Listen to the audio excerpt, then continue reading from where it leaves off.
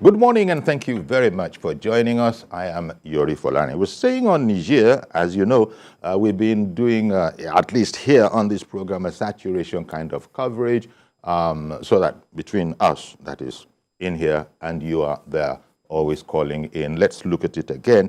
So Niger now, the crisis and Nigeria's dilemma on it. That's the angle that we'll be taking today.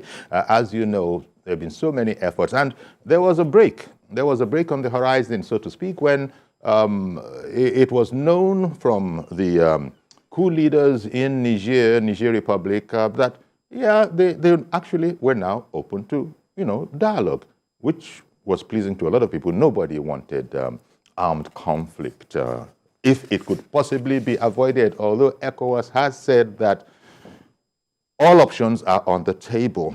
And as a matter of fact, Niger hasn't been very, very clear because late last night, it was also reported that they are now saying some things, as for instance, that they had, gathered evidence.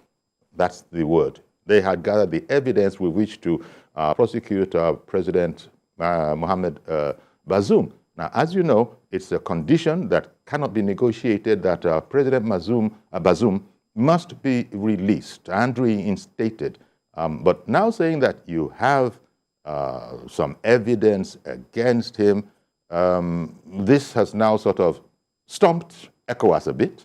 ECOWAS has expressed the fact that it is shocked at this, especially against the backdrop of reported progress that the junta, the junta coupists were indeed ready for talk. But before we go into that, we have a background report. We'll come back and talk more about the situation, at least taking it from late last night. But first of all, a report that went out earlier. It appears there may now be a resolution to the coup in Niger Republic as a group of Islamic scholars from Nigeria make their way to Niamey for talks with the coup leaders after President Bola Tinubu approved their mediation moves.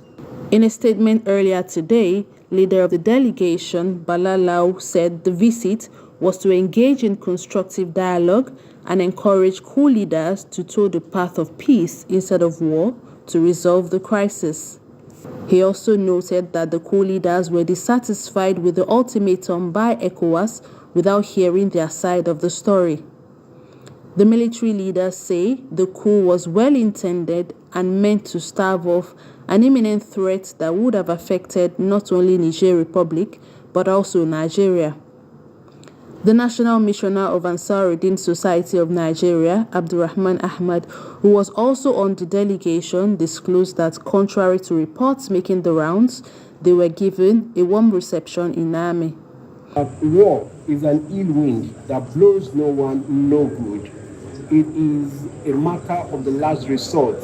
And from what we have seen, we think the situation is redeemable because the Nigerian government is ready and open to dialogue and a peaceful resolution of this. According to Niger's Prime Minister, talks with ECOWAS is expected to hold in the next few days. The group of Islamic clerics had met with President Bola Tinubu as chairman of ECOWAS on Wednesday, seeking to dialogue with the coup leaders in peace moves to restore democracy in Niger Republic. We are enriched with what we have seen and what we have heard, and we'll go back home to report to His Excellency the President what we saw and what we discussed.